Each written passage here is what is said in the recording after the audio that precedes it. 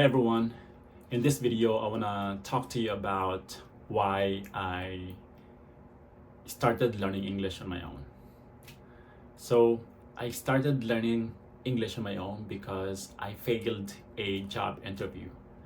I was actually already employed during that time, but one day my manager asked me if I can do an interview. I suppose it was a better position than what I had during that time. So we drove to that place, and then I went into the room, and the interviewer was asking me questions, and I couldn't speak. I couldn't answer because I couldn't speak English. So I was so embarrassed. The interviewer just finished the interview, and then we went back to the office. My manager told me that it was okay, but of course it was not.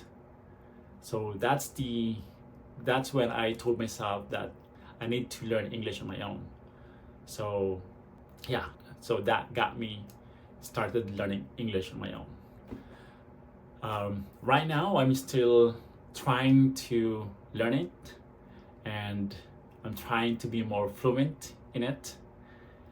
And this is one of the reasons why I started this YouTube channel, so I can document my journey to becoming more fluent in English. I hope that I can continue this journey, and I hope that you join me. Okay, so that's it in this video. Thanks for watching.